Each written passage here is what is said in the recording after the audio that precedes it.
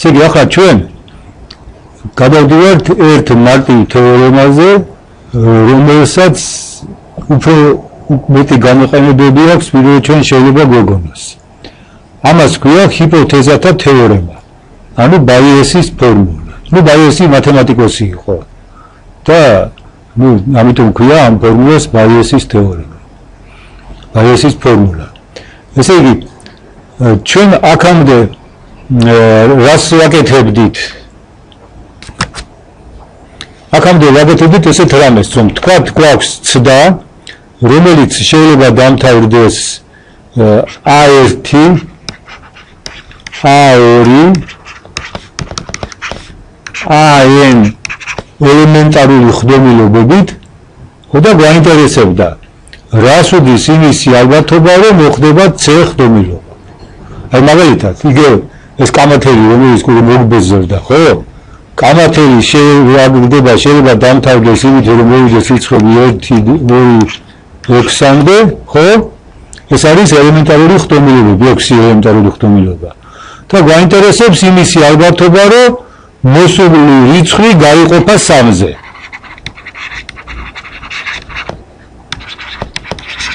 ესე იგი, ეს A1, A2, AN არის ეს კამათლის მოსulis დროს ის რიცხვები, რომლებიც გამოჩნდებიან, ხო? და C იქნება ასეთი ხდომილობა, რომ აი ეს მოსული რიცხვი გაიყოფა 3-ზე. ხო? და რას უდის ამისი ალბათობა? ახლა ჩვენ შეგვიძლია ამოცანა პირიქით დავსვათ. ესე იგი აქ რა იყო ცნობილი იყოთ? აქ მოცემული იყო ელემენტარული ხდომილობები და მათი ალბათობები. და გვაინტერესებდა რომ რას უდრის რაღაცა სხვა ხდომილობის ალბათობა. ეხლა პირიქით დავსვათ ამოცანა. თქვათ მოცემული გვაქვს ისევ გარკვეული ხდომილებათა სრული სისტემა. და ისევ გვაქვს რაღაცა ხდომილობა. დავუშვათ, ვიცით რომ ეს ხდომილობა მოხდა, აი C მოხდა. გავიგოთ იმისი ალბათობა, რომ ეს ხდომილობა გამოიწვია A, რომელიღაცა თქვათ AI ხდომილობა. ახლა მე კიდე მაგალითებს უნდა ვიყვანთ, ეს უფრო ცხადი იქნება და მოდი ახლა ვიყვეთ ამ დას, აი პატარა ნახევარი გვერდია წიგნში. აი უკვე როგორ იწოდა გამრავლების თეორემის და სრული ალბათობის ფორმულის შედეგს წარმოადგენს ეგრეთ წოდებული ჰიპოთეზების თეორემა, ანუ ბაიესის ფორმულა. დავსვათ შემდეგი ამოცანა. გვაქვს H1, ასე შემდეგ H2, Hn შეუთავსები ჰიპოთეზების სრული ჯგუფი, ანუ ჩვენ ამას ვეძახოდით ხდომილებათა სრული სისტემა. ხდომილებათა სრული სისტემის ელემენტარულ ხდომილებებს ახლა დავიძახებთ ჰიპოთეზებს. პირობით ჰიპოთეზებს. სტამდე ცნობილია ამ ჰიპოთეზებს, ახლა წეგამი ლაპარაკობდი, რას ვამბობდი, რომ ესა C მოხდა და გავიგოთ იმისი ალბათობა, რომ C გამოიწვია AIU, ხო? თქვა C არის C ესე იგი ხდომილობა გამოიწვია იმავე მოხდა ანუ I იყო მის წინ და მე იყო C. იმისათვის რომ ამოცანა ამოვხსნათ, ეს მონაცემები არ არის საკმარისი. უნდა ვიცოდეთ თითოეულის ალბათობა. აი თითოეული ამ ხდომილობის ალბათობა. ესე იგი ასეთი ზოგადი ფორმით, რომ მოცემულია რაღაცა ელემენტარული ხდომილებათა სრული სისტემა და ხდომილობა მოხდა. ხო, გავიგოთ, რომელმა ამ ელემენტარული ხდომილებამ ანუ ჰიპოთეზამ გამოიწვია ეს C, ამისი გამოსვლის საშუალება არ აქვს, მაგრამ უნდა ვიცოდეთ აი თითოეულის მოხდენის ალბათობა. ამოდით ახლა მაგალითი ვნახოთ ჩვენ და მაგალითი უფრო ამოცანა არის ამოხსნილი და შევხედოთ აი ესა. მოგეთ ეს მაგალითი იქნება, ამოცანა იქნება ილუსტრაცია. ხელსაწყო შეიძლება აიკრიფოს მაღალ ხარისხოვანი და ჩვეულებრივი ხარისხის დეტალებისაგან. საერთოდ ხელსაწყოთა 40% იკრიბება მაღალ ხარისხოვანი დეტალებისაგან. ისე იგი დაბალ ხარისხოვანი, ჩვეულებრივი ხარისხოვანი დეტალებისაგან იკრიბება რამდენი პროცენტი? დანარჩენი 60.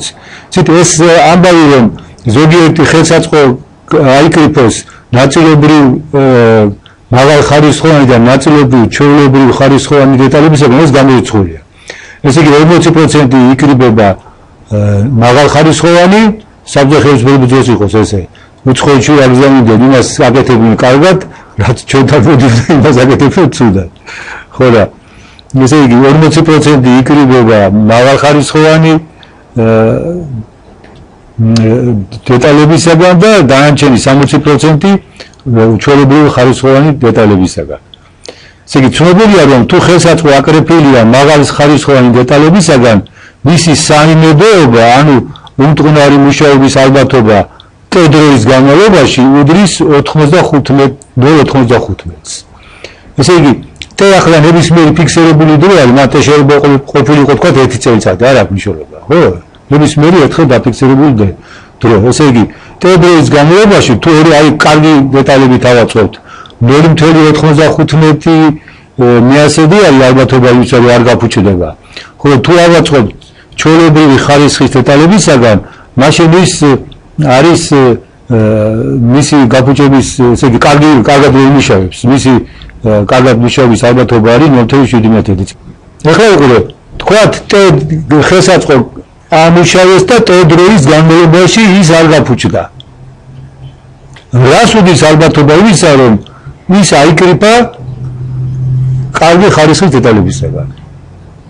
ყოველდღე საკეთებთ, ესე იგი ჩვენ რა ვიცით რომ თუ მაღალ ხარისხოვანი დეტალებისაგან ავკრიფავთ, მაშინ რას უდის მისი ანუ ალბათობა იმისა რომ ის არ გაფუჭდება რამდენია 0.95 და რას უდის იმისი ალბათობა რომ კარგი დეტალებისაგან აიკრიფება 4 მიასედი. თუმცა ასე უნდა გავხოთ. ესე იგი ალბათობა იმისა რომ აიკრიფება კარგი დეტალებისაგან უდრის 4/1000-ს და რომ აიკრიფება ჩვეულებრივი დეტალებისაგან ის უდრის 6/1000-ს. ესე იგი რა ჰიპოთეზა გვაქვს? გვაქვს ორი ჰიპოთეზა. ერთი რომ აიკრიფება ხელსაწყო კარგი დეტალებისაგან და მისი ალბათობა უდრის 4/1000-ს და მეორე რომ ხელსაწყო აიკრიფება ჩვეულებრივი დეტალებისაგან და ამის ალბათობა უდრის 6/1000-ს. ესე იგი რამდენი ჰიპოთეზა გქონია? ორი ჰიპოთეზა, ხო? ერთი რომ კარგი დეტალებისაგან აიკრიფება, მეორე რომ ჩვეულებრივი დეტალებისაგან და ესენი ესე ვთქვათ არიან ხდომილებათა სრული სისტემა, ანუ ან ერთი ხდება ან მეორე. ხო, მაგ არ წერია რომ ვთქვათ იგულისხმება, რომ არ წერია რომ შეიძლება ზოგიერთი დეტალი აიკრიფოს ნაწილობრივ კარგი და ნაწილობრივ ზოგიერთი ხელსაწყო აიკრიფოს ნაწილობრივ კარგი და ნაწილობრივ ცუდი დეტალებისაგან, არა? ესე იგი ჩვენ გვაქვს ორი ჰიპოთეზა. პირველის ალბათობა არის 0.4, მეორეს ალბათობა არის 0.6. ხო. და კიდევ რა ვიცით რომ ესე იგი თუ პირველი დეტალების კარგი დეტალებისაგან აკრეფილი არის ხელსაწყო, მაშინ იმისი ალბათობა რომ ის არ გაფუჭდება უდრის დროის განმავლობაში 0.95, ხოლო მეორე შემთხვევაში ის უდრის 0.7-ს. და თქვათ რომ ეს დროის განმავლობაში გამუშავდა და არ გაფუჭდა. რას უდის იმის ალბათობა რომ ის აკრეფილი არის მათ კარგი დეტალებისაგან. ეხლა მოდი ვნახოთ ეს როგორ კეთდება. ეხლა ეს დაკისეთ რამე წერია რომ როგორც გავიგზავნოთ აქ ცოტა სხვანაირი შეხედულება ამოცანაზე. რა ლაპარაკობ იცი ამ ეს თვითონ ამოცანა ძალიან მარტივია მათემატიკურად. მაგრამ აზრი რო გავიგოთ. ესე იგი ცდამდე მოცნობილია ამ ჰიპოთეზების შესაბამისი ალბათობა. ხო, მათი ჯამი უნდა იყოს. ერთი. ხო? ჩადარებულია ცდა, რომლის შედეგად შემჩნეულია რომელიღაც ახდომილობა. ისმის კითხვა, როგორ შეიძლება ჰიპოთეზების ალბათობანი ამ ხდომილობის გამოჩენასთან დაკავშირებით. ეხლა აი ეს როგორ შეიძლება ჰიპოთეზების ალბათობანი ამ ხდომილობის გამოჩენასთან დაკავშირებით, ეხლა ესე არის ახსნილი, რომ აქ არსებითად ლაპარაკია იმაზე, რომ პირობით აი ამ პირობითი ალბათობა თითოეული ჰიპოთეზისათვის მონახული იქნას. აღნიშნა არის სხვანაირი, ჩვენ ასეთ აღნიშნას არ ხმარობდით. აი ეს რასაც აღნიშნავს, რომ ალბათობა იმისა, რომ მოხდა ჰ-ში, იმ პირობით რომ მოხდა, ჩვენ ესეთი აღნიშნა გვქონდა. ამ წუთში სხვანაირი აღნიშნა გაკეთებული. ესე იგი, პირველის ალბათობა იმ პირობით რომ მეორე მოხდა. ხო? ესე იგი, აი ეს არის ჩვენი აღნიშნა ძველი. ესე იგი, ეს ასე ამბობს, რომ ჰ-შის ესე იგი ალბათობა ამ ჰიპოთეზის ამ პირობით რომ მოხდა, მაგრამ აი ეს შეხედულება, რომელიც ახლა მეკითხავთ, უკეთესია. ჩემი მოგონილი არის, ეს ძიგი ბორელის ციფრში ნახე, ძალიან კარგი წიგნი არის, პატარა წიგნია. ალბათობის თეორიაში, გამრავლების თეორემიდან რა გვაქვს ჩვენ?